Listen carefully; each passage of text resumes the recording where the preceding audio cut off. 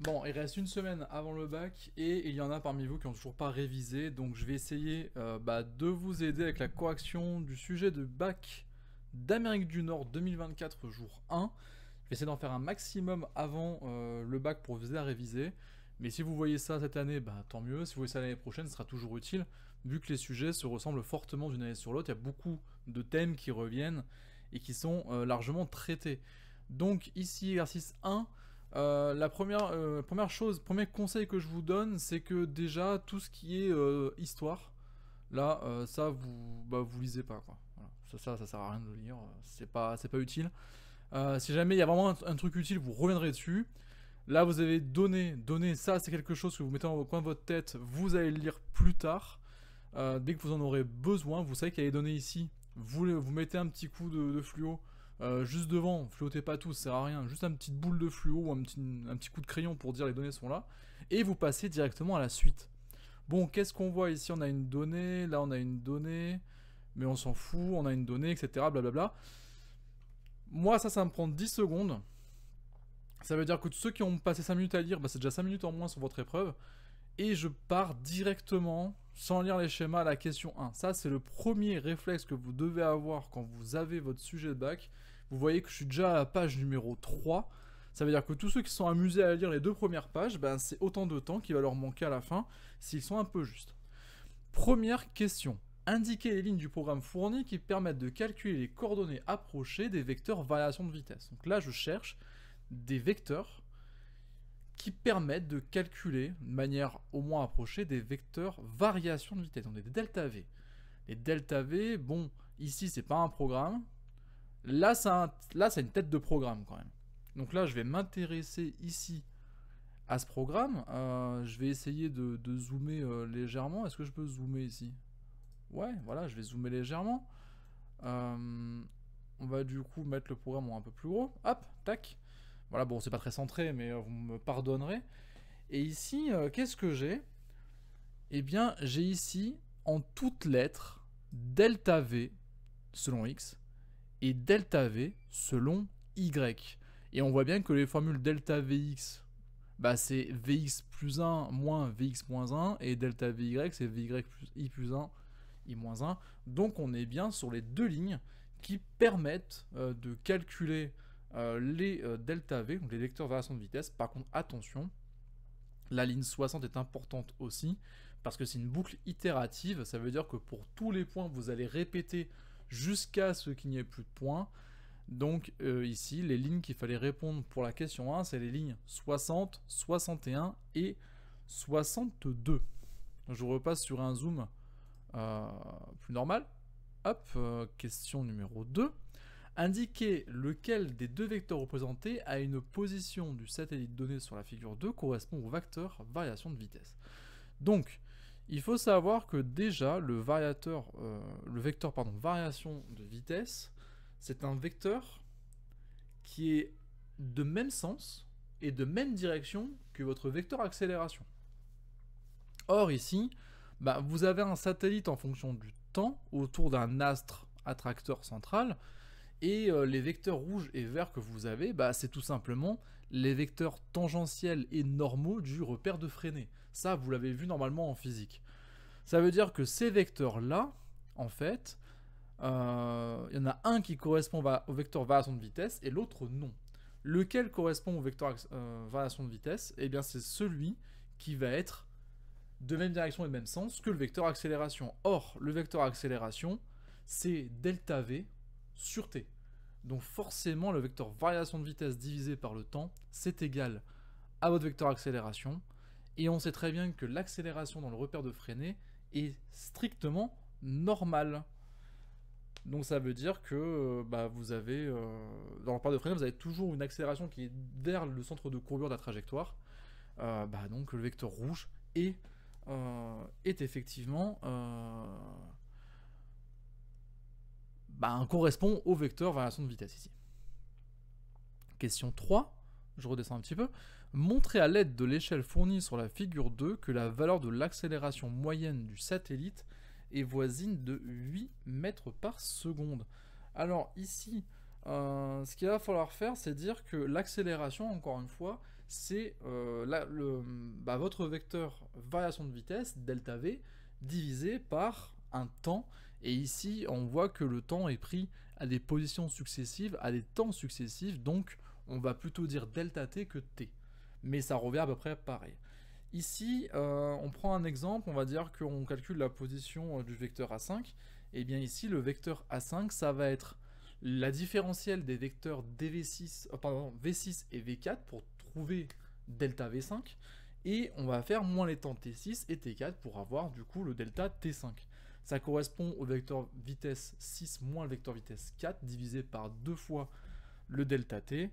En utilisant l'échelle que vous avez ici, le 5 km par seconde, il correspond à environ 1,2 cm. Après, attention comment vous l'utilisez. Si vous l'utilisez sur version papier comme je l'ai fait, bah, c'est 1,2 cm. Si vous l'utilisez sur version numérique, si vous le prenez là, en capture d'écran sur la vidéo, il pourrait que ce soit différent. Dans tous les cas, vu que c'est une règle de proportionnalité qu'on va utiliser, ça ne changera pas le résultat final, donc quel que soit le zoom utilisé.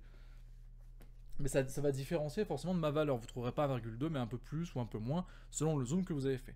Donc ici, pour mon échelle, donc ça c'est 1,2 cm, ce que je suis en train de mettre avec ma souris. Et il va falloir que je mesure le vecteur variation de vitesse qui est ici en rouge. Et en fait, mon vecteur variation de vitesse ici en rouge, quand je le mesure, il fait environ 1,4 sur ma feuille. Ça veut dire que ici, je vais faire 1,4 fois 5 10 puissance 3. Pourquoi 10 puissance 3? Tout simplement parce qu'ici on est en kilomètres par seconde. Moi je le veux en mètres par seconde, c'est beaucoup plus utile. Et si vous faites le calcul, donc 1,4 fois 5 10 puissance 3 divisé par 1,2, eh bien vous allez trouver environ 5,8 10 puissance 3 mètres par seconde. Voilà. Ensuite, ça je le divise par 2 fois ma valeur de temps. Ma valeur de temps, on va la retrouver, elle est ici, c'est 369,3 secondes. Attention, je l'ai pris entre des temps plus 1 et moins 1, donc je dois faire ça fois 2. Donc je prends mon résultat de tout à l'heure, delta V, c'est 5,8 10 puissance 3 mètres par seconde, et je le divise par 2 fois 369,3 secondes. Ainsi, je trouve un résultat comme étant 8 mètres par seconde, si je ne garde bien sûr qu'un seul chiffre significatif, et je me retrouve avec un résultat qui correspond à peu près à la valeur de mon sujet. Le mouvement de centre-masse S du satellite Allos a été étudié dans le référentiel géocentrique supposé galiléen en utilisant le repère de Fresnel S, donc il est centré sur le satellite qui tourne, UT et UN en vecteur unitaire. La masse du satellite est notée M. Question 4. Exprimer dans le repère de Fresnel la force d'interaction gravitationnelle exercée par la Terre sur le satellite Allos en fonction de G, M, MT, RT et H. Alors ici, attention, je vais essayer de crayonner un petit peu sur mon document. Hop, voilà. Moi, ce que j'aime bien faire dans des sujets, c'est faire ça.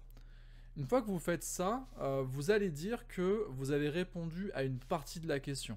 C'est-à-dire que moi, si j'ai une barre sur mon sujet et que je vérifie que j'ai répondu à toutes les questions, là, par exemple, là, je fais une croix en me disant, voilà, ça, je l'ai fait, ça, je l'ai fait, ça, je l'ai fait, il n'y a pas de problème. Ça, pour le valider, il va falloir que je fasse 2 fois ma croix pour dire que j'ai bien répondu aux 2 parties de la question. Il y a beaucoup d'étudiants, d'élèves qui rendent des copies en répondant qu'à la première partie, et ça, c'est dramatique. Donc, absolument venir compléter d'une 2e croix, hein, absolument, cette 2e croix pour valider que vous avez bien tout répondu. Bien sûr, si c'est pas une croix que vous voulez, mais autre chose, vous faites comme vous voulez. Hein. Évidemment, ceci vous appartient. Donc, je repasse en crayon. Tac. Exprimer dans le repère de Fresnel ceci. Donc, vous savez que dans le repère de Fresnel, hop, si je prends mon schéma comme ici, j'ai une seule force qui va s'appliquer sur mon système. Si mon système, voilà, je suis sur une trajectoire circulaire qui est ici. La seule force qui est appliquée, je vais la faire partir d'ici. Hop, tac. Cette force qui est représentée ici, que je vais appeler F, tac, de G, promis, je m'achèterai un crayon, sur Allos. Hop. cette force-là, c'est la force de gravité qu'exerce mon astre attracteur sur le satellite. Comment ça se met en équation, ça?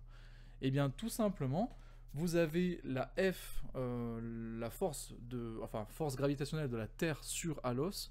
J'ai oublié mon petit t d'ailleurs, hein. C'est Fg de Terre, tac, sur Alos. Ça, c'est tout simplement G, ma force de gravité, fois la masse, pardon, la force de gravité, n'importe quoi, la constante, petit grand G là, ici, la constante de gravitation universelle, donc 6,67 10 11. Vous faites fois mt, la masse de la Terre, l'objet attracteur, fois petit m, la masse de l'objet attiré, ici le satellite, la masse de Alos, divisé par rayon de la Terre, mais attention, le satellite n'est pas sur la surface terrestre, donc il va falloir modifier RT, et RT va devenir du coup RT plus H. Donc vraiment, il va falloir s'appliquer dans ce type d'exercice à ce que la distance au carré soit RT plus H, le tout au carré, ne vous faites pas avoir dessus. Et tout ça, c'est selon un vecteur unitaire, si vous faites F en vecteur, selon un vecteur unitaire qui est celui tangentiel. Donc je vous rappelle que sur le repère de Freinet, le vecteur en vert ici c'est UN, U normal, et en rouge UT, U tangentiel. Attention, ici c'est pas les vrais vecteurs vert et rouge, hein, c'est des vecteurs unitaires qui suivent la même direction, le même sens que vert et rouge. Voilà. Pour être tout à fait, rigoureux. Donc ça, c'était pour la question petit 4. Représenter sans souci d'échelle cette force sur un schéma avec le repère de Freinet associé au satellite. Eh bien, cette chose, je l'ai fait ici, mais bien sûr, il faudrait refaire un schéma un peu plus carré. D'ailleurs, j'appellerai sur ce schéma, du coup, f de t sur Alos, ce sera beaucoup mieux. Voilà, donc là, j'ai répondu aux deux questions. Tac, je peux passer à la suite. Ça fait très cheap, hein, mis comme ça, mais très sincèrement, ça sauve des points.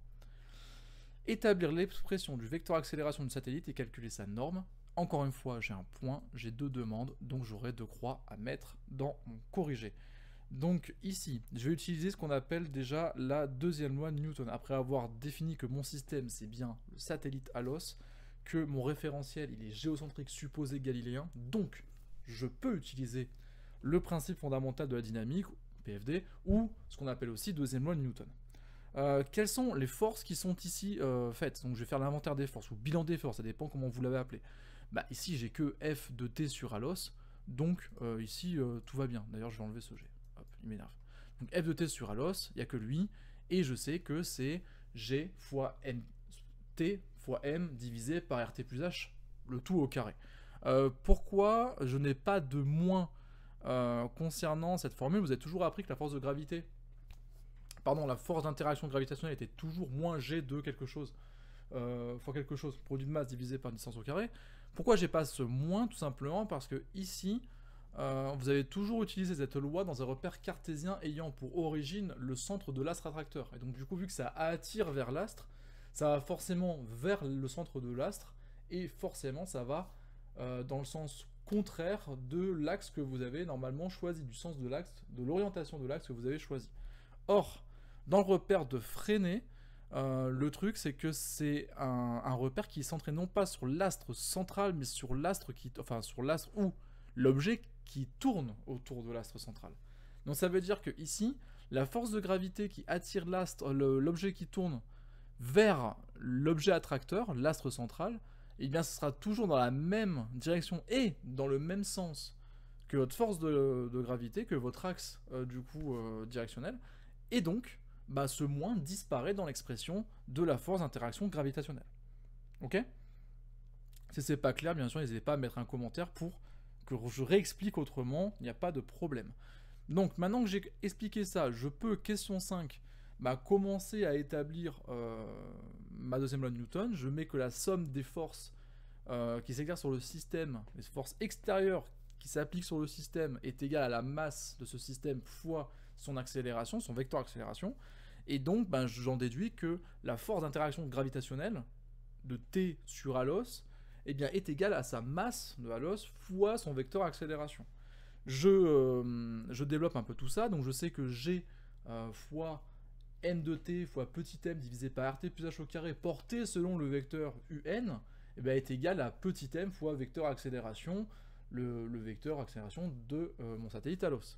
Je vois que les petits m correspondent au même objet, donc sont simplifiables, et je retrouve que A, mon vecteur accélération, est égal à G, constante d'interaction gravitationnelle universelle, fois la masse de la Terre, l'objet attracteur, divisé par RT plus H au carré, la distance entre la Terre et cet objet attracteur. Ok ? Voici du coup comment il fallait répondre. Calculer sa norme, eh bien vous devez juste retirer les flèches, donc UN s'en va, la flèche sur A s'en va également, et vous avez A qui est égal du coup à 6,67 10 puissance moins 11 fois la masse de la Terre 5,97 10 puissance 24 kg divisé par, entre parenthèses, donc c'est environ 6400, mais dans le sujet c'est une autre valeur qui a été donnée, divisé par 6,37 10 puissance 6 plus la hauteur à laquelle est notre satellite, donc 692. Donc il faut faire 6,37 10 puissance 6 plus 692 10 puissance 3, le tout au carré. Et normalement, vous trouvez une accélération de l'ordre de 8 mètres par seconde. 7,98 mètres par seconde au carré, pardon. Mètres seconde moins 2. Pour la question 5. Et vous devez comparer, deuxième partie de question, à la question numéro 3. Eh bien, vous trouvez que vous avez environ... Pardon, j'ai fait la croix hors champ, je la refais ici. Donc vous avez la première partie, c'est fait. Comparé à la valeur obtenue à la question 3, vous avez 7,98 contre 8 mètres par seconde. On est environ sur une valeur arrondie à l'entier qui correspond à ce qu'on a bien trouvé en question 3. Donc tout va bien, tout est cohérent. Deuxième croix, j'ai fini ma question. 6. Montrer que le mouvement du satellite est uniforme et établir l'expression de sa vitesse. Alors, montrer que le satellite est en rotation uniforme. Ça, c'est une première paire de manches. Et ensuite, hop, quand il y a un « et », vous pouvez l'entourer ou le barrer. Je sais que j'ai deux croix à mettre. Encore une fois, j'ai deux parties de questions à répondre. Donc déjà, montrer qu'il est uniforme. Ça, c'est une première chose. On est dans le repère de Freinet et on a obtenu tout à l'heure l'expression de l'accélération. Ok, ça, souvenez-vous. Qu'est-ce qu'on peut dire? Alors, dans le repère de Freinet, vous savez que l'accélération d'un astre est toujours définie comme la somme de l'accélération qu'il a selon UT, la coordonnée tangentielle, et selon UN, la coordonnée normale. Selon la coordonnée tangentielle, AT, c'est égal à la dérivée de la vitesse par rapport au temps. Ok, dérivée, si vous voulez, le vecteur AT, l'accélération tangentielle, c'est la dérivée de votre vecteur vitesse divisé par le temps. Si vous voulez la coordonnée normale, donc du coup, si vous voulez le vecteur AN, donc c'est pareil, une flèche près, hein, le vecteur AN, là par contre, il va falloir dire que c'est égal à V carré sur R, R étant le rayon de la trajectoire, donc ici RT plus H. Ok? Donc V carré sur RT plus H, ça c'est votre coordonnée UN, et votre coordonnée UT, c'est dV sur dt.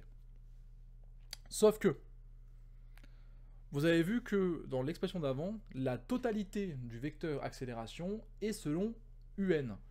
Je vous le rappelle parce qu'on avait défini que le vecteur accélération était égal à G fois MT divisé par RT plus H au carré selon UN. Donc la coordonnée par identification selon UT est égale à 0.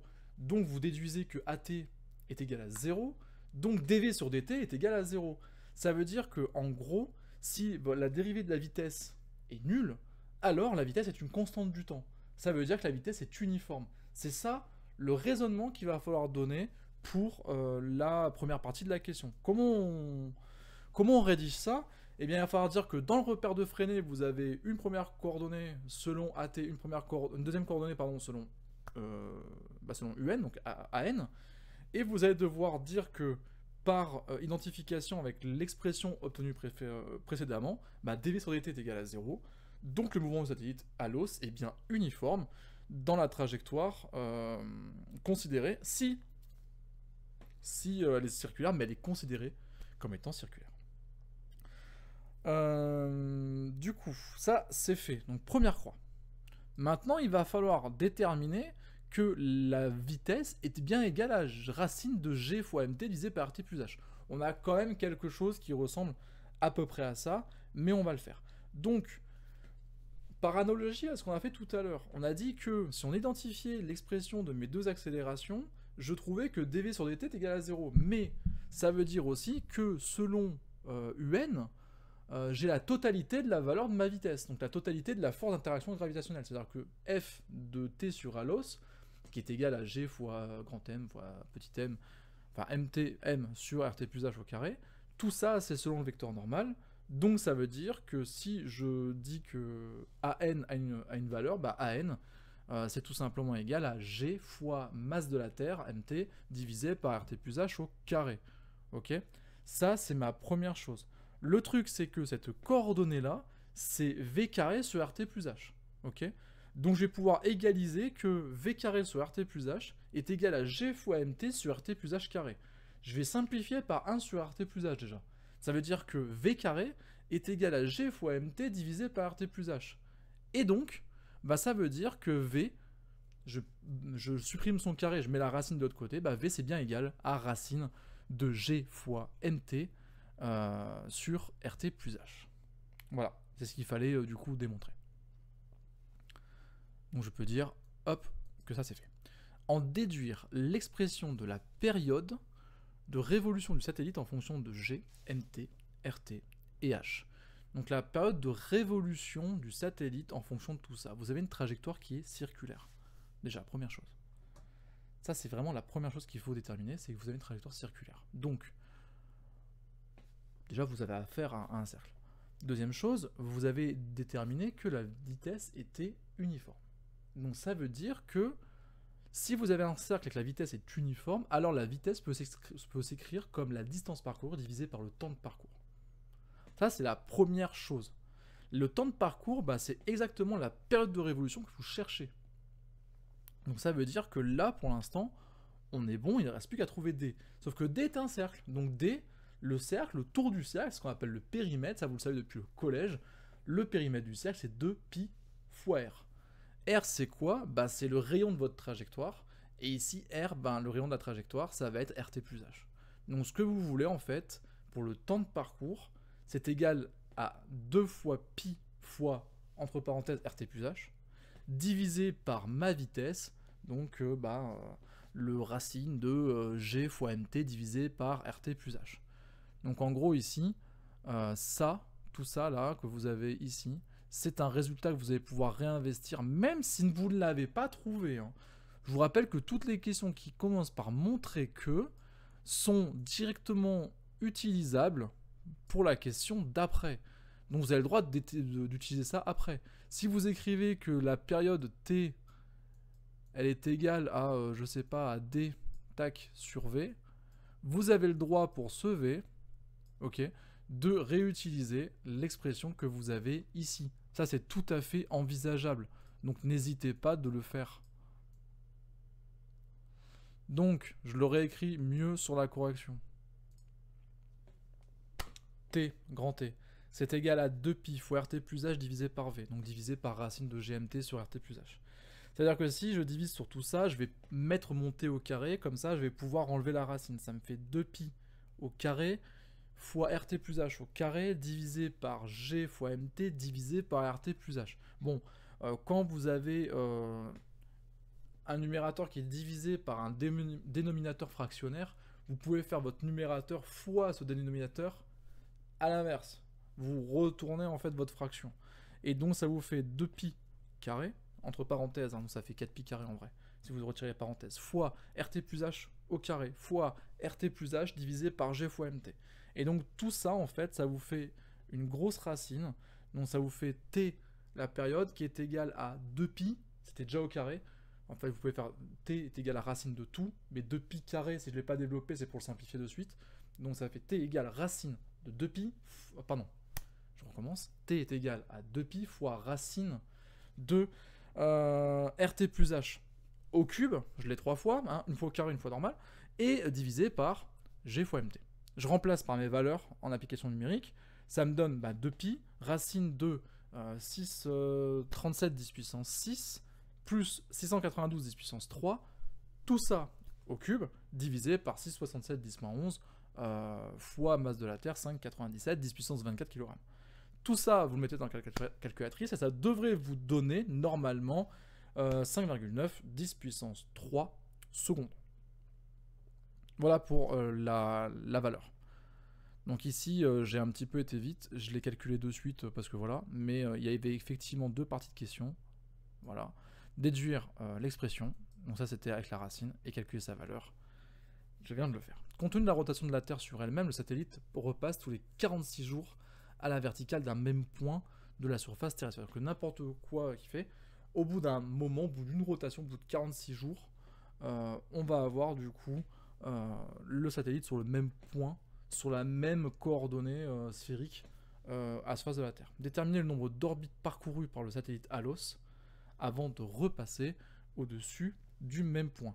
Donc on sait que notre satellite, il fait un tour en t égale 5,90, enfin 5,9 pardon, 10 puissance 3 secondes.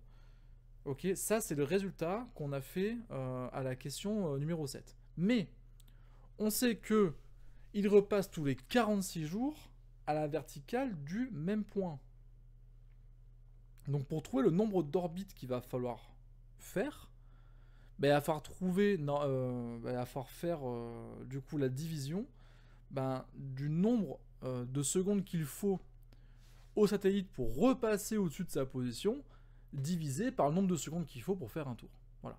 Donc en gros, si vous voulez, le satellite autour de la Terre, il va pas tourner comme la Lune avec une trajectoire à peu près. Voilà. Le satellite, il peut tourner un peu n'importe comment. Enfin, c'est très très faux ce que je dis. Mais c'est pour dire qu'il va pas passer forcément au-dessus du même point en permanence, et que le fait de repasser par hasard par le même point, c'est pas une seule rotation, c'est en plusieurs, et ça lui prend en moyenne 46 jours. Donc 46 jours en secondes, ça fait combien? Ça fait 46 fois 24 fois 3600, et ça vous fait un résultat. Ça, c'est le temps total en secondes qu'il faut pour repasser au-dessus du même point. Ok, si on veut le nombre de tours auquel ça correspond, il faut le diviser par le nombre de secondes qu'il faut pour un seul tour.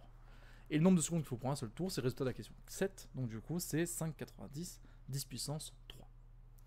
Si vous faites 46 fois 24 fois 3600, le nombre de secondes pour retourner sur le même point, divisé par 5,90, 10 puissance 3, le nombre de secondes qu'il faut pour faire un seul tour, alors on va trouver un chiffre n, ou un nombre n, qui correspond au nombre d'orbites qu'il va falloir mener pour repasser au-dessus du même point terrestre.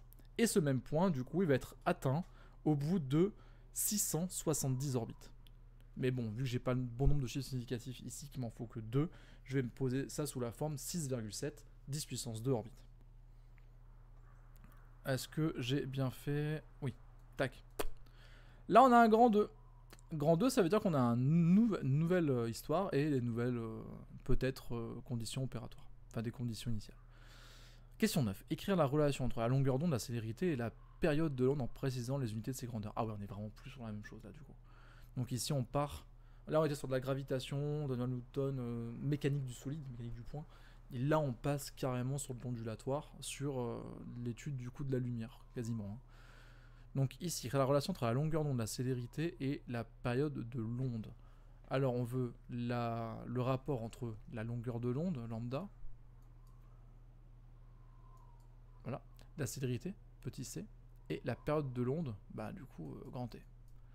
Et je vous rappelle que la célérité, c'est assimilable à une vitesse, la longueur d'onde à une longueur, et la période à un temps, donc du coup, petit c, sans surprise. C'est égal à lambda divisé par t, ou alors, si vous voulez, la longueur d'onde en premier, lambda, c'est égal à c fois t. Attention, lambda doit se mettre en mètres, c en mètres par seconde, et t, du coup, forcément, en secondes. Ça, c'est une question simple. On passe à la question 10. La question 10 justifie du document ci-dessous que les ondes émises par le satellite Allos, dont la longueur d'onde est de 23,6 cm, appartient au domaine des ondes radio. Alors, je vous rappelle que la fréquence petit f elle est égale à 1 sur t. Donc ça veut dire que si lambda... Tac, je l'écris ici, je fais un effort. Ah, ma souris bug. Voilà, lambda.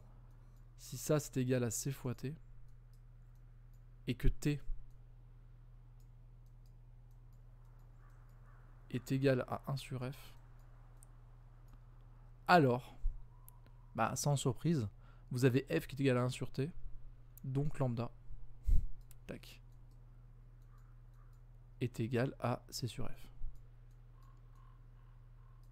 Mais là, ici, on veut des fréquences.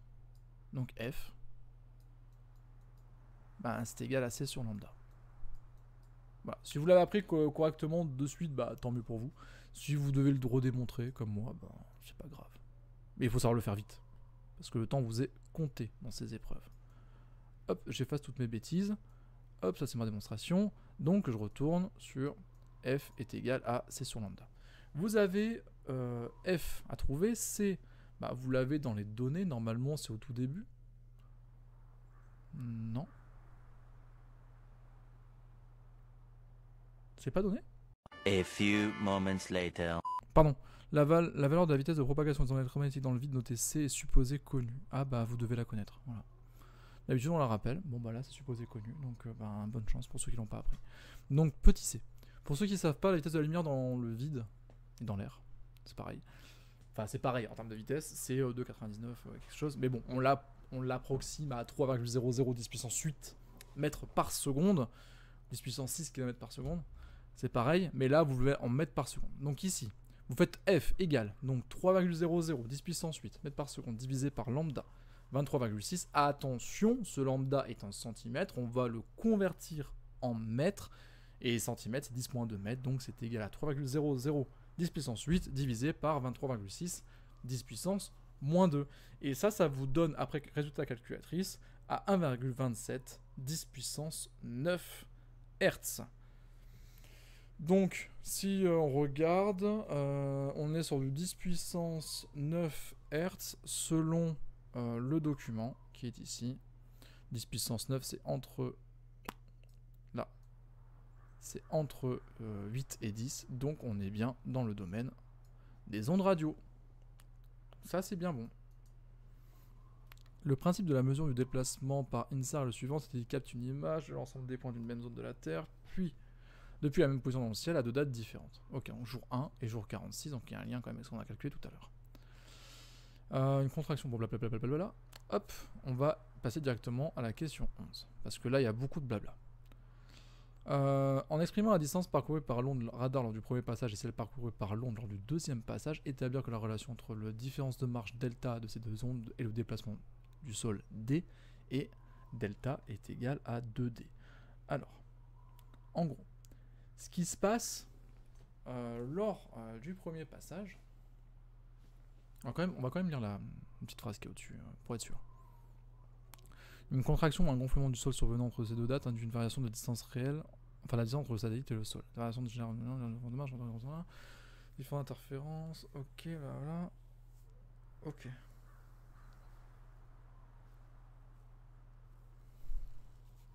Donc ça veut dire qu'en gros, au premier passage, il y a une hauteur. Et quand il y a une contraction ou un gonflement du sol, entre le jour 1 et le jour 46 du deuxième passage, bah en gros, le sol, il peut être différent, contraction ou gonflement. Ok. Dans les deux cas, cette distance D, en fait, elle varie soit à la hausse, soit à la baisse.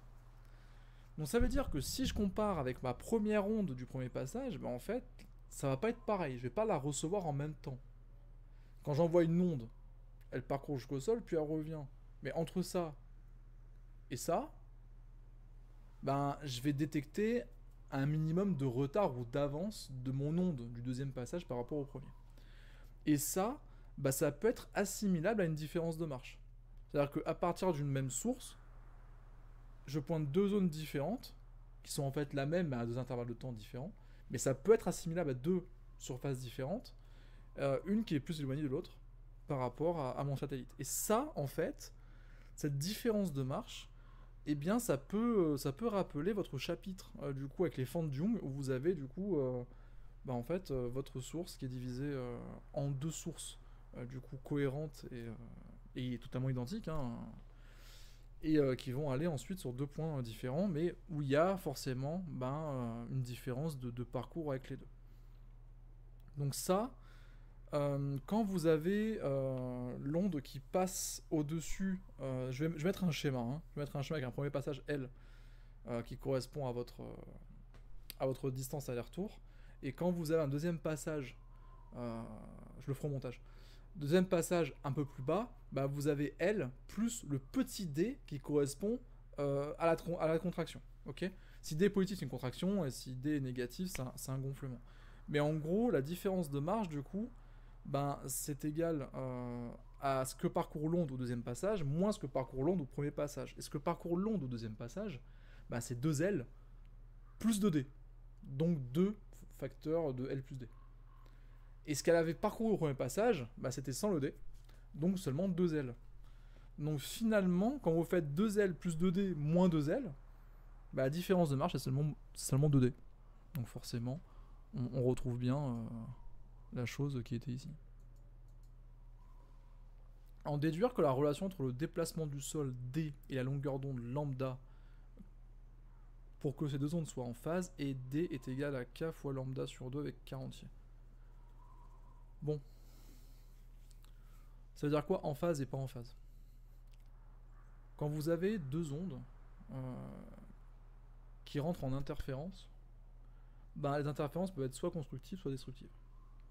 Interférence constructive, c'est quand vous avez les maximums des perturbations et les minimums des perturbations qui sont en phase. Elles apparaissent au même moment. Si on les met sur un même graphique, elles apparaissent en même temps. Opposition de phase, interférence destructive, vous allez avoir les maximums et les minimums qui vont arriver de manière décalée, pile poil, de façon à ce que le maximum de l'un corresponde au minimum de l'autre. Et puis après, elles sont juste déphasées quand c'est hors de ces deux cas-là. Donc si je veux que ma première onde, avec des maximums, là, soit pile poil plaquée sur la deuxième, il faudrait que la deuxième ait une longueur d'onde qui soit identique, qui soit avec un décalage de 0 par rapport à l'autre, soit avec un décalage de plus ou moins lambda, pour que, si vous voulez, l'effet périodique soit confondu et que la période d'avant se calque sur la période de l'autre onde d'après. Ce qui permettrait, du coup, en fait, si vous avez deux trucs bien périodiques, en fait, on pourrait décaler d'un cran ou d'un autre, ça ne changerait pas, en fait, l'interférence. Et ça, ça se module selon le fait que votre distance, enfin la distance, la différence de marche, doit être égale à K fois lambda. Soit avec un K positif, soit avec un K négatif, mais avec un K entier. Ça, c'est important. Donc, ma différence de marche, delta, doit être égale à K fois lambda. Sauf que delta, c'est égal à 2D. Donc du coup, 2D, ça doit être égal à K fois lambda. Donc D, ça doit être égal à K fois lambda sur 2. Tout simplement. Et ça, c'est donc validé. Bon, ça c'est blablabla. Question 13, dernière question. Déterminer l'entier K entre les points A et B et en déduire la variation d'altitude du point B en supposant que le point A n'a pas subi de déplacement. Alors ici, on a un et, donc on a deux questions à traiter. La première question dit déterminer l'entier K entre les points A et B. Bon, le point A, il est là, ok. Et le point B, il est ici. Bon, on voit bien que A et B sont dans deux zones claires. Déjà. On est d'accord ou pas? Et pour l'interférogramme, en fait, vous avez des successions de zones d'ombre et des zones, pardon, je suis en train de galérer avec ma gomme, des zones d'ombre et des zones de lumière. Sauf que, on va zoomer un petit peu. Comment je fais là? Tac. Voilà. Sauf que ce que vous avez ici, c'est comme des franges. Vous savez, les franges que vous avez dans la figure d'interférence. Vous avez ça, zone lumineuse, zone d'ombre, zone lumineuse, zone d'ombre, zone lumineuse, zone d'ombre, zone lumineuse, zone d'ombre. Et vous avez une espèce de code barre, comme ça. Et bien ici c'est le même mais en 2D. Là vous l'avez en une seule dimension, ça c'est 1D, mais quand vous l'avez comme ceci, comme avec l'impact d'un caillou dans une flaque d'eau, bah ici vous l'avez en 2D. Et c'est exactement ce que vous avez là. Donc ici vous avez une première zone de lumière, deuxième zone de lumière, je transforme votre 2D en 1D. Troisième zone de lumière, quatrième zone de lumière, cinquième zone de lumière, sixième zone de lumière. Et, pardon, septième zone de lumière. Enfin, vraiment ciblé sur A, mais bon, après il n'y en a pas. L'autre zone d'ombre, elle est par ici. Là. Donc, entre ces zones, ici, je compte 7 zones claires consécutives. Ça veut dire que j'en ai combien entre A et B? J'en ai 6. Donc mon K, c'est égal à 6.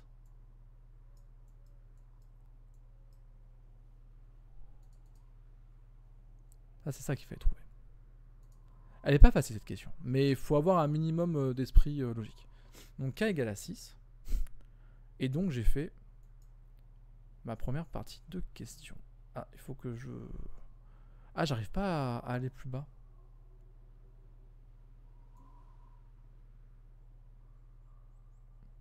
Voilà. Sauvé. Question 13 du coup. J'ai fait la première partie de la question. En déduire la variation d'altitude du point B, en supposant que A n'a pas subi de déplacement. On a dit tout à l'heure que petit d, c'était égal à k fois lambda sur 2. La relation, elle est encore au-dessus. Donc je vais utiliser ça. Le déplacement du sol, petit d, c'est donné par cette relation-là. Sauf que k, on vient de le dire, c'est 6. Bah, je vais l'appliquer en bas. Donc k, c'est égal à 6. Donc petit d, c'est égal à 6 fois lambda sur 2. Sauf que lambda, c'est 23,6 cm. Donc ça veut dire que, je vais le laisser en centimètres, 6 fois 23... pardon, c'est pas ça qu'il faut faire. D c'est égal à 6 fois lambda sur 2, donc 6 fois... Bah si c'est ça, 6 fois 23,6 cm divisé par 2. Et donc ça vous donne une distance d'à peu près 71 cm. 70,8 exactement. Ok, 70 cm, 70,8 cm du coup bah, de haut de B par rapport à A. Alors partie B, ou plutôt exercice 2 de votre devoir 2024 Amérique du Nord jour 1. Vous avez une partie chimie, vous avez une grosse partie physique, donc du coup vous avez deux petites parties chimie. La première partie chimie, apparemment c'est l'électrochimie. Pas de chance pour vous si vous aimez pas. Sinon, ben ouf. Et question 1, on vous demande d'écrire les deux réactions électrochimiques qui modélisent les transformations se produisant aux électrodes. Bon, là on vous donne les deux couples, hein, selon la flèche que j'ai mis ici, on vous donne les deux couples qui sont à base de BQDS et d'AQS. Et on voit que dans les deux couples, en fait, il y a juste H2 qui différencie les deux premiers. Donc il n'y a vraiment que deux H qui sont échangés. Donc ben, les réactions s'écrivent BQDS plus 2H plus 2E- donne H2 BQDS et AQS plus 2H plus 2E- donne H2 AQS. Voilà, on va pas mettre dans un sens privilégié vu qu'on n'a aucune idée de qui va jouer le rôle d'oxydant et qui va jouer le rôle de réducteur dans la réaction globale. Donc les deux couples sont présentés, les deux demi-réactions sont demandées. Bon bah les voilà. On peut rien faire de plus. L'équation de la réaction modélisant la transformation qui a lieu lors de la décharge de la batterie, fonctionnement en mode pile, et BQDS plus H2 AQS est égal à H2 BQDS plus AQS. Donc là maintenant on l'a l'information. Ok, l'information qu'on n'avait pas tout à l'heure, maintenant on l'a. Question 2. Définir un oxydant. Un oxydant est une espèce capable de capter un ou plusieurs électrons. Voilà, c'est tout. Ou de gagner, comme vous voulez. Capter ou gagner, c'est comme vous voulez. Ok, à l'inverse, le réducteur, capable de céder un ou plusieurs électrons. Vous obtenez parce que oxydant A, gagner A. Capter A. Voilà. Réducteur et céder et. Petit moyen mémotechnique pour le retrouver. Deuxième partie de question. Ça, je l'ai fait. Deuxième partie de question. Là, on est revenu carrément à la ligne. Hein. On a été gentil. Hein. Identifier l'oxydant et le réducteur lors de cette transformation chimique. Donc, BQDS. Tac. Le premier. Bah, il est à gauche du couple. Donc, bah, c'est un oxydant. Et H2AQS. Il est à droite du couple. Donc, c'est un réducteur. Je vous rappelle que si on marque sous la forme OXRED, c'est bien pour aller plus vite. Hein. Donc celui qui est à gauche est forcément l'oxydant, celui qui est à droite est forcément le réducteur. Voilà. Vous êtes dans l'obligation d'écrire en cette forme-là. Vous pouvez pas l'écrire autrement, votre couple. C'est obligatoire. C'est une obligation, même pour les sujets. Donc vous devez le produire comme ça. Donc si on vous donne le couple, ben, du coup ça vous évite d'avoir à penser. Question 2, fini. 3. Déterminer si la solution de BQDS est l'électrolyte 1 ou l'électrolyte 2 à l'aide des polarités. Attention, indiquer dans la cellule électrochimique et des équations des réactions électrochimiques. Il y a un justifié. Donc on va pas pouvoir juste donner notre avis. Déterminer si la solution de BQDS est l'électrolyte 1 ou l'électrolyte 2. Comment on fait? Alors, on va remonter sur le schéma. Le plus est là. Ici. Et le moins est là. Ok? Donc là, c'est de l'histoire, on s'en fout. Là, c'est de l'histoire, on s'en fout. Blablabla. Ça fait... blablabla. Ok.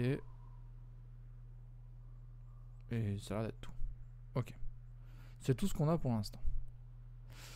Ce qu'on sait, c'est que à une pile, ben, il y a consommation des électrons à l'endroit où ils arrivent. Donc à la borne plus de la pile. La consommation des électrons se fait ici, dans cette partie-là. Sauf qu'à la borne plus de la pile, du coup, s'il y a consommation des électrons, ben, il y a une des deux réactions qui va se faire. Si l'électrolyte 1, c'est BQDS, pardon, qui est un oxydant, et H2AQS, pardon, qui est un réducteur, ben, on sait que lui, il va céder des électrons, et que lui, il va les consommer, il va les capter. Donc la consommation d'électrons, elle se fait chez lui. Donc, la cellule est, la solution de BQDS est du côté où il y a la consommation des électrons parce que c'est lui qui les consomme. Donc BQDS est dans la partie orange de votre circuit. Donc BQDS est électrolyte 1. Tout simplement.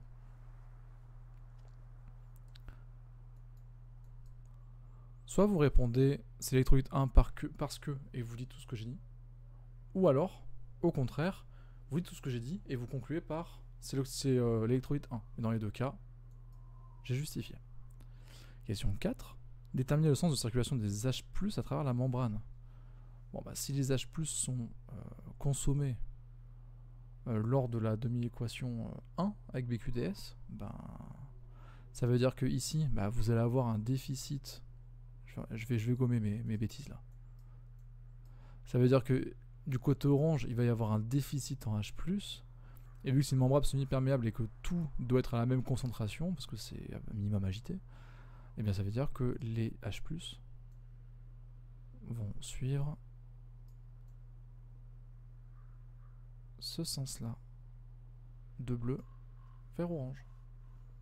Tout simplement. C'est classique, hein.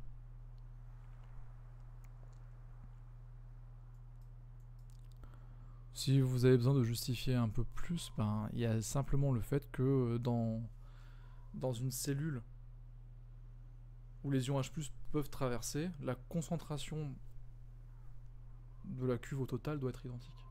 Donc si je consomme d'un côté, il va y avoir une différence de concentration et donc il va y avoir un flux migrant de H+ de l'endroit du plus concentré vers le moins concentré. C'est ce qu'on appelle l'osmose d'une solution, quoi. C'est normal. Voilà. Ça, c'est entièrement normal. Alors, on considère le... Blablabla. Ok, voilà, on a dans les données. Ça, hop, on le stabilote et se le garde pour plus tard. Montrer que la capacité électrique de la cellule a une valeur approchée de Q égale 5,4 10 puissance 6 coulombs. Alors, qu'est-ce qu'on a comme information qu'on pourrait relier avec Q? On a I et on a T. Et on sait que I, l'intensité, est définie comme étant le nombre de charges qui passent à une section d'un fil en un temps T de 1 seconde. Donc forcément, bah ici vous avez quelque part la relation I est égale à dQ, à delta Q sur delta T qui existe, enfin plutôt Q sur delta T. Ça veut dire que ici, Q c'est égal à I fois delta T. Donc I c'est 250 ampères et T c'est égal à 6 heures, mais 6 fois 3600 secondes pour pouvoir l'avoir en secondes. Donc ça fait que Q est égal à 250 fois 6,0 fois 3600, et ça, sur la calculatrice, ça m'a donné 5,4 10 puissance 6, et c'est bien la valeur qu'on devait trouver. Ok, donc jusque là, tout va bien. Hop. Déterminer le volume de chaque électrolyte nécessaire pour assurer le fonctionnement de cette cellule. Donc, il me faut le volume nécessaire de chaque électrolyte pour qu'il y ait bien le nombre de charges Q qui soit respecté. Sauf que le Faraday, c'est la valeur absolue de la charge électrique d'une mole d'électrons.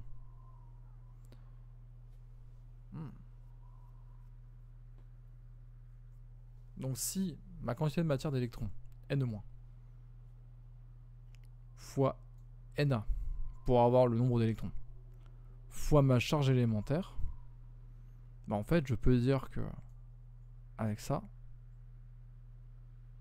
F c'est égal à Na fois petit e.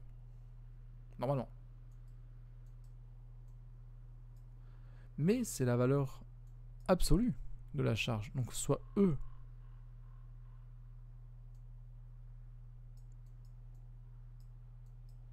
ou moins E, c'est pareil. Ok?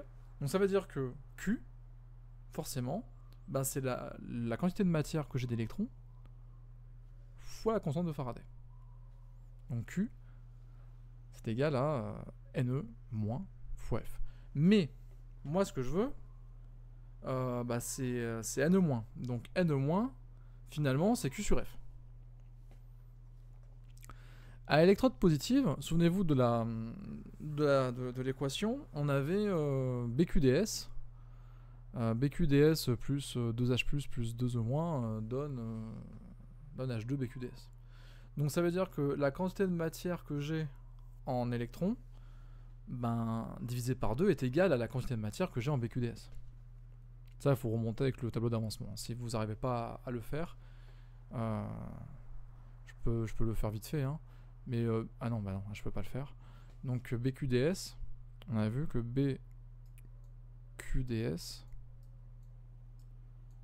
plus 2H+, mais ça on s'en fout à la limite, plus 2E- donne. Donc forcément, si je fais mon tableau d'avancement ici, là je vais avoir un petit n de BQDS, je vais appeler N1, et là je vais avoir N-. Sauf que j'ai un 2. Donc là ici j'ai moins 2x.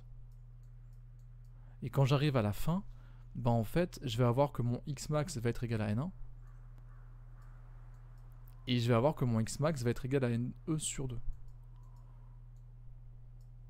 Et donc j'en tire que là, ici, j'aurai que N-. C'est moche, hein, je suis désolé. Hein. J'aurai que N1 est égal à N- sur 2.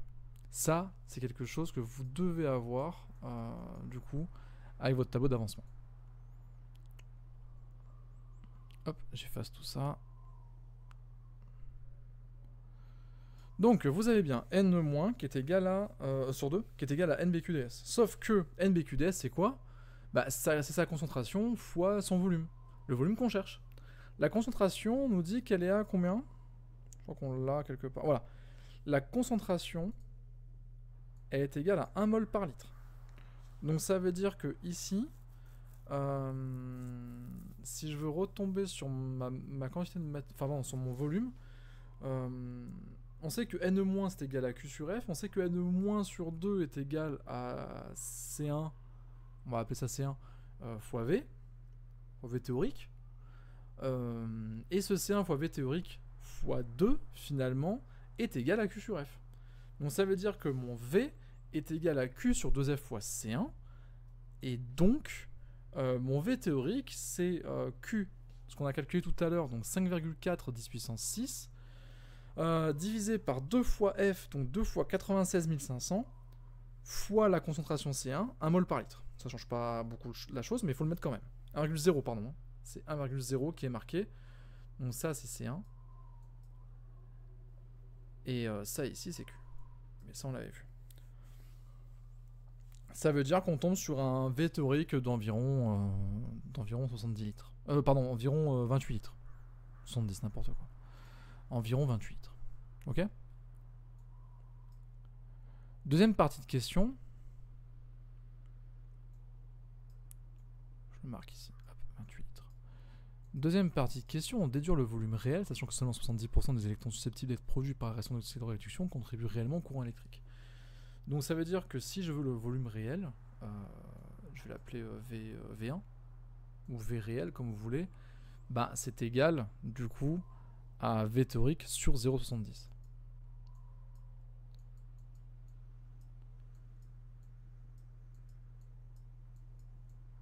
Je pense que la principale erreur des gens, ça va être de faire 70 sur 100 fois V théorique. Le problème, c'est que vous allez trouver un volume plus petit. Et ça, c'est pas possible. Si on vous dit que pour 28 litres, on va avoir seulement 70% de fonctionnement, bah, il vous faut un volume plus grand pour compenser les 32 pertes.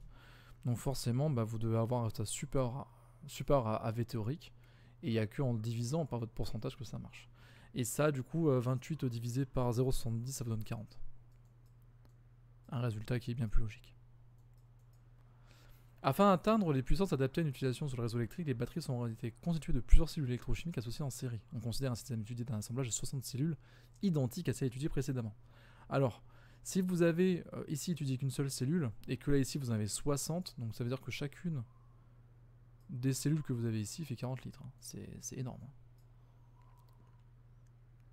C'est tout bonnement énorme.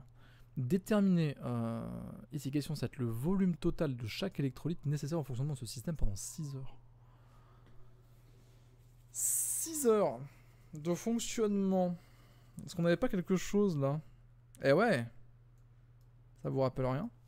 Ce 6 heures là? Donc ça veut dire qu'on est sur un Q qui est identique. Déterminer le volume total de chaque électrolyte nécessaire au fonctionnement de ce système pendant 6 heures. Ben... on a vu qu'une cellule c'était 40 litres. Et on a 60 cellules. Bah vous faites 60 cellules x 40 litres et vous avez du coup le volume total de ces 60 cellules. Ce qui fait 2400, mais vu que vous avez un esprit qui est soucieux des chiffres significatifs, vous mettez 2,4 x 10 puissance 3. En litres, bien entendu. Ok? Si vous avez une cellule qui a fait 40 litres et que vous avez 60 cellules, bah forcément c'est 60 x 40 et vous avez le volume total. Là, il n'y a pas à chercher. C'est une question qui est anormalement simple pour une question de moitié d'exo. Mais bon, c'est comme ça. Question 8. Parmi les nombreux avantages de ce type de batterie figure sa capacité de stockage qui peut être facilement augmentée. Proposer une solution simple pour doubler la durée de fonctionnement du système étudié à puissance délirée constante. Alors, si vous voulez doubler la durée de fonctionnement, il n'y a pas 36 systèmes. Pour doubler la durée de fonctionnement, grâce aux équations qu'on a vues tout à l'heure, je me remets juste l'équation sous les yeux. les équations qu'on avait tout à l'heure, c'est que vous devez avoir, deux trucs à jouer. C'est que votre volume, enfin votre nombre d'électrons doit être le même, et votre nombre d'électrons, il est proportionnel à C et à V. Bon, bah forcément, si c'est proportionnel à C et à V, vous avez pas beaucoup de solutions, soit vous doublez C, soit vous doublez V. Cependant, si vous doublez V, c'est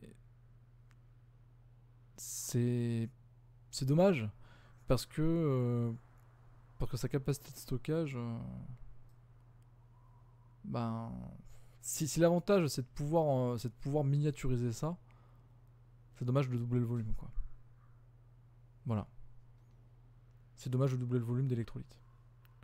Mais voilà, ça c'est que mon avis, hein. Par contre, si vous jouez sur C, bah, si votre volume d'électrolyte est le même, donc vous gardez ça, mais que la concentration elle est de 2C1, bah, ça double votre durée de fonctionnement. Voilà, vous avez 2 fois plus d'électrons, donc vous pouvez durer 2 fois plus longtemps. Donc ici, pour la question 8, il va falloir du coup faire x2 au niveau de la concentration et pas du volume. C'est dommage de le faire avec le volume, mais ça marcherait quand même. Alors, il y a un autre truc qu'il aurait pu faire, c'est que là, ce que je dis, c'est de doubler le volume dans la cellule.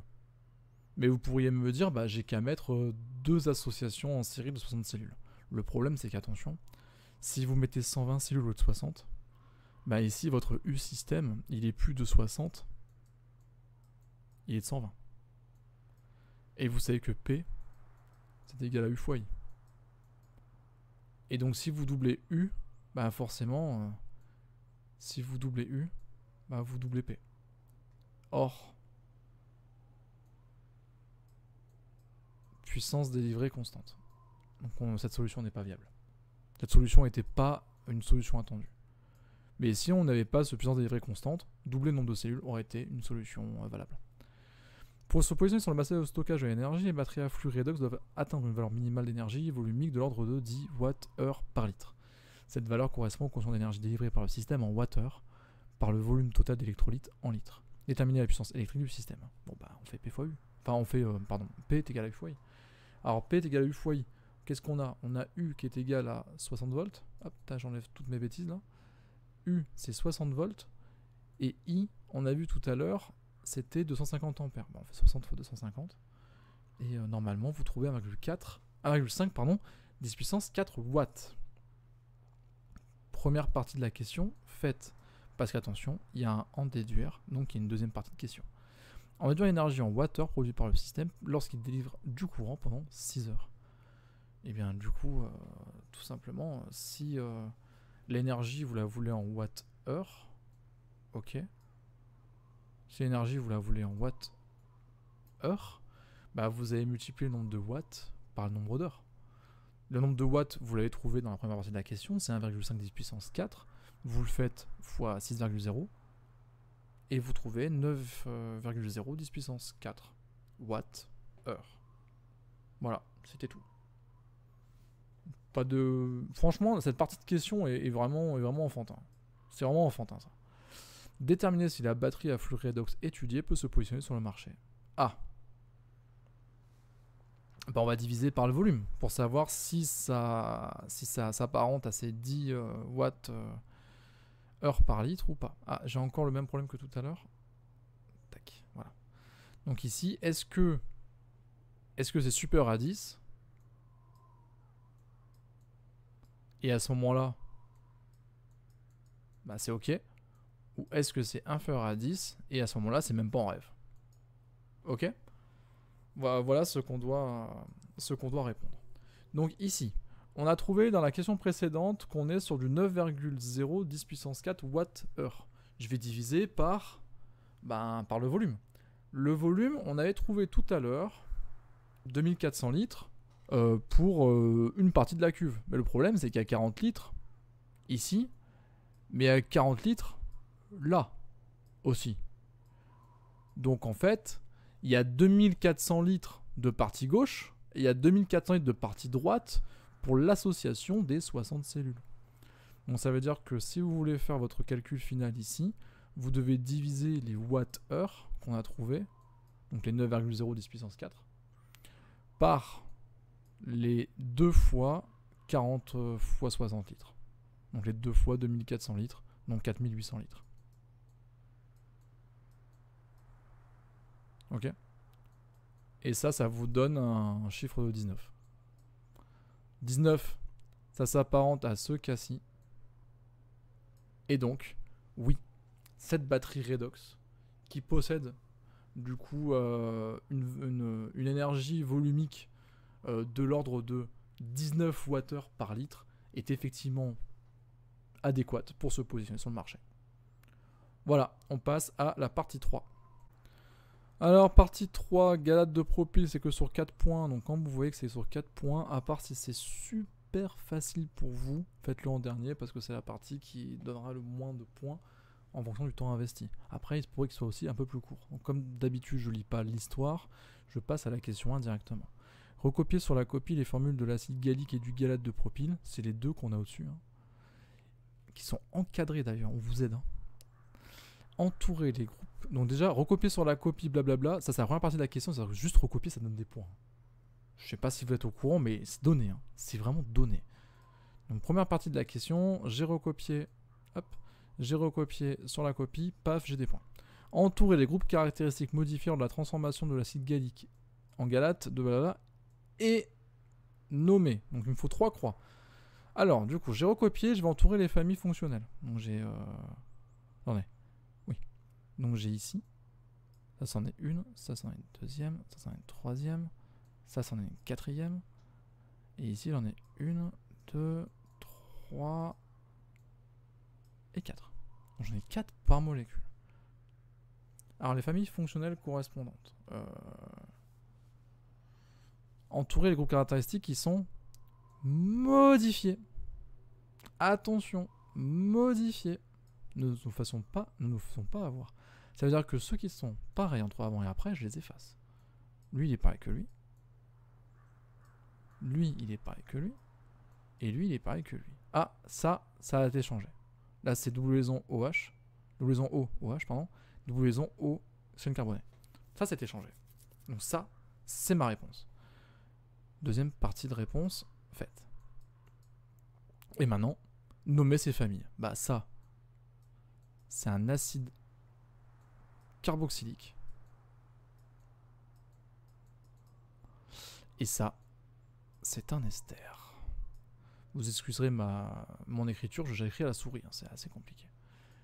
Et là, du coup, troisième partie de réponse. Nickel, ça, c'est bon.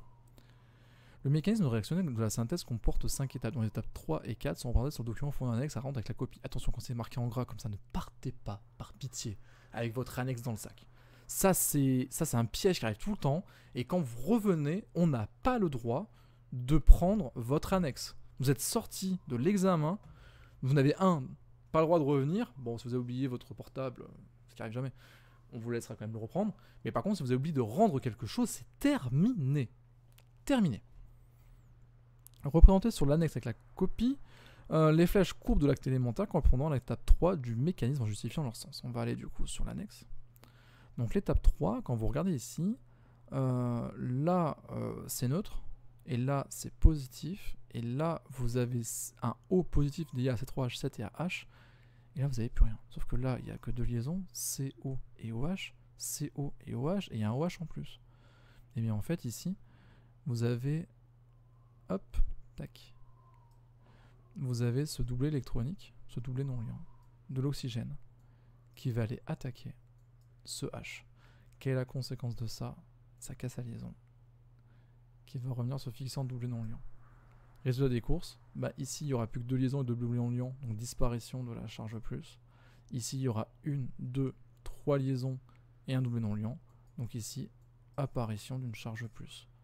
Et c'est bien ce qu'on a ici. Parfait. Donc là ce que vous devez représenter, c'est ces deux flèches courbes que j'ai mis là. En justifiant leur sens, toujours, de celui qui a les électrons vers celui qui en est dépourvu. Toujours du delta moins vers le delta plus. Et quand vous regardez ici, je vais essayer de prendre une autre couleur. Hop. Ici, quand vous regardez, entre le O, entre un C et un H, bah, vous savez qu'il est delta moins. Le H avec un O, bah, vous savez qu'il est delta plus. Et donc, il est totalement logique. Delta moins. Totalement logique que la flèche parte du delta moins vers le delta plus. Ça, c'est totalement... essentiel, hein. Sinon, enfin, ça c'est un truc que je prends avec mes étudiants. Est-ce que c'est le mendiant qui donne une pièce à un riche ou est-ce que c'est un riche qui donne une pièce à un mendiant? Bah, on peut donner que ce qu'on a. Donc si vous voulez donner des électrons, bah, il faut que l'électronégatif se bouge les fesses. C'est pas l'électropositif qui va donner des électrons qu'il n'a pas. Voilà, c'est aussi simple que ça, hein. Celui qui a doublé non-liant peut donner une liaison, entreprendre la création d'une liaison. C'est pas un H, c'est jamais un H qui entreprendra la création d'une nouvelle liaison. Il n'a plus d'électrons. Il ne peut plus rien faire. C'est comme vous avez plus de sous, vous pouvez plus manger. C'est ça, c'est simple.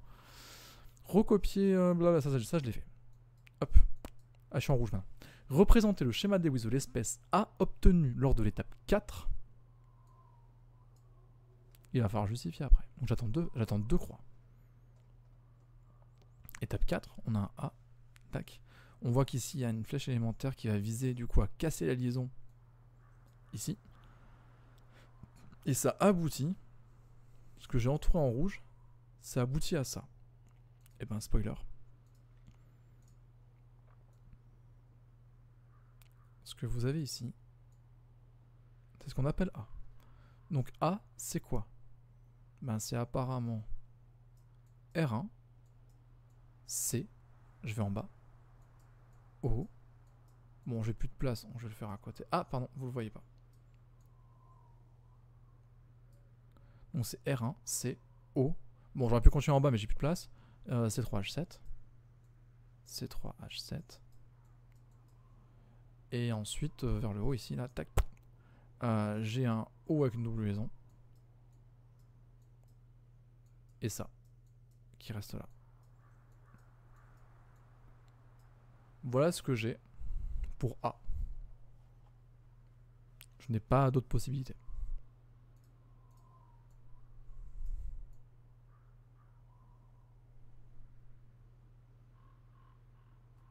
Hop.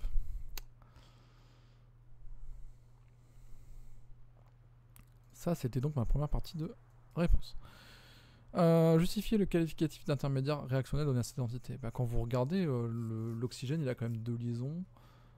Avec le C, il a quand même une liaison avec le H, il a une charge plus. Ça a été catalysé.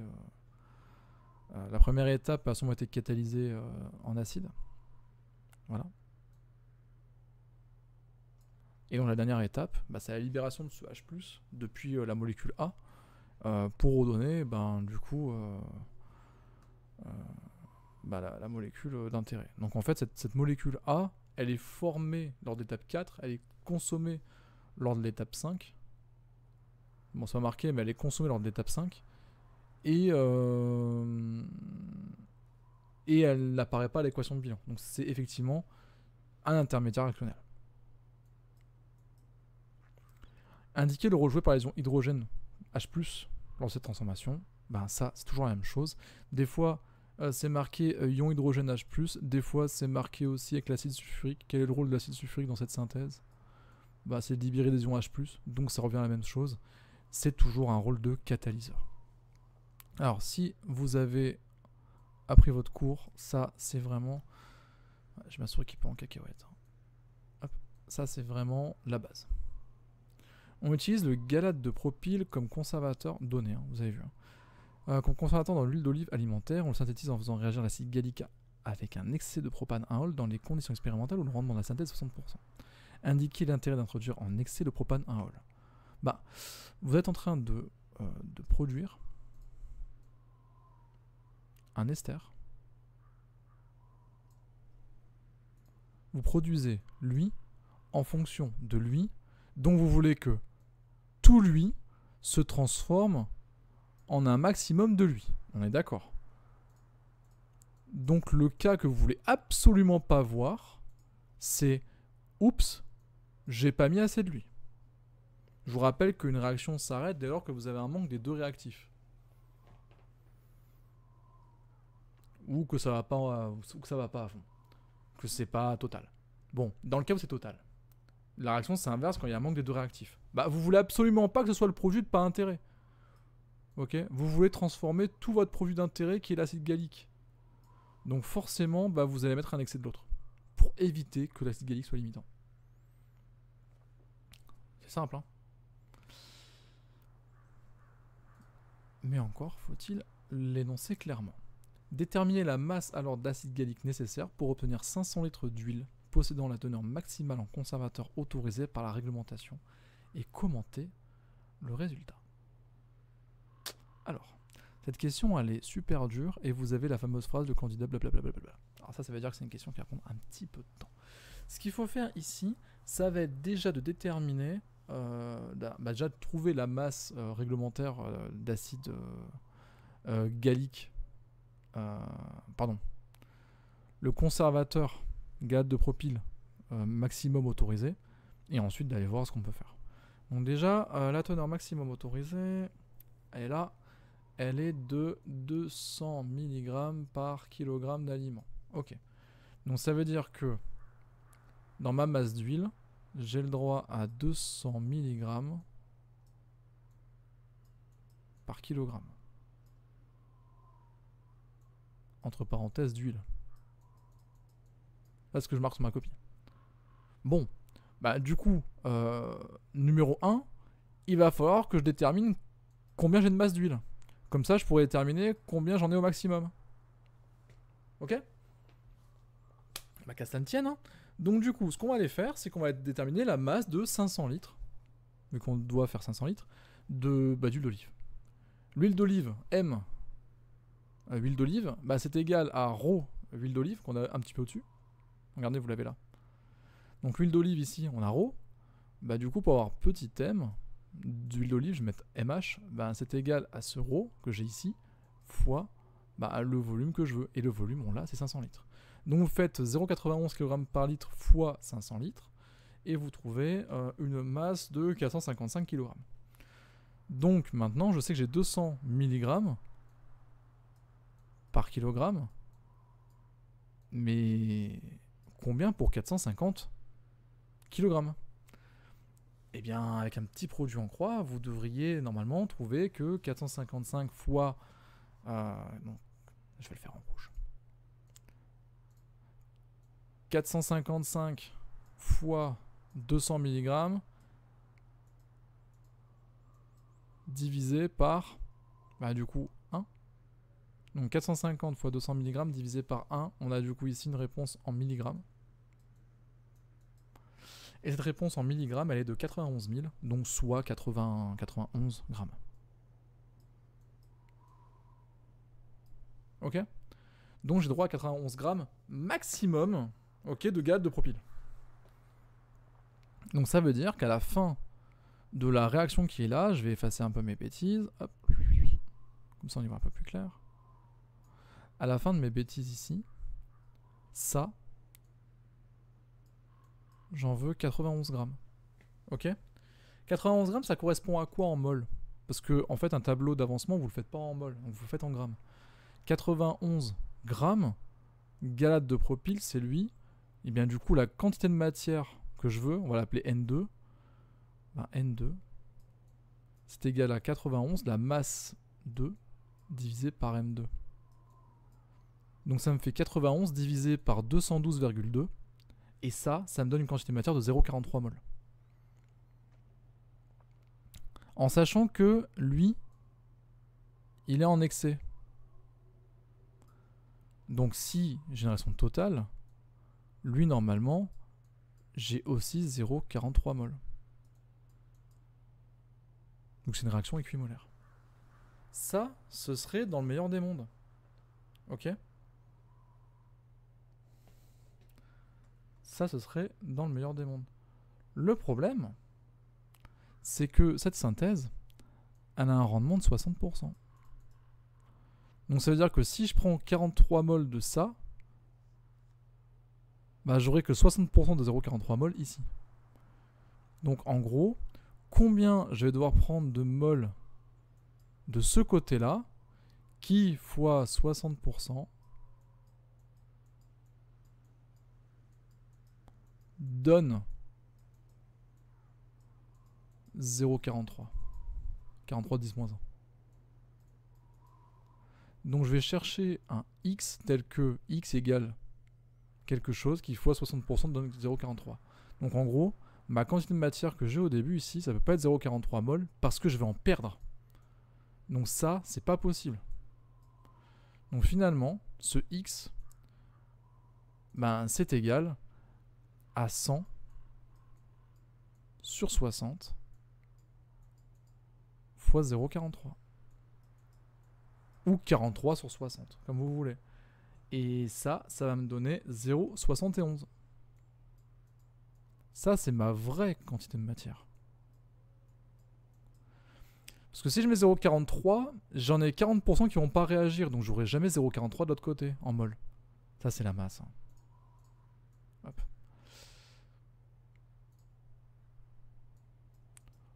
Par contre, si je veux assurer 0,43 mol, à ce moment-là, avec un rendement de 60%,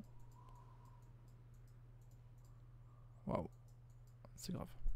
Avec un rendement de 60%, eh bien je vais devoir mettre beaucoup plus que 0,43, je vais devoir mettre 0,71.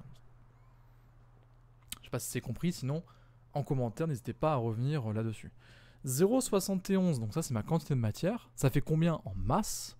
Eh bien en masse, j'ai la masse molaire qui est ici. C'est celle-ci désormais qui m'intéresse. Eh bien la masse que j'aurai normalement de ça, M, bah, ça va être égal à ma quantité de matière, N1, fois la grande masse molaire.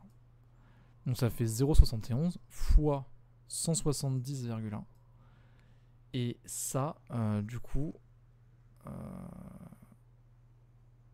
je l'ai calculé. Ça correspond à 0,12 kg. Ça me fait un M de 0,12 kg.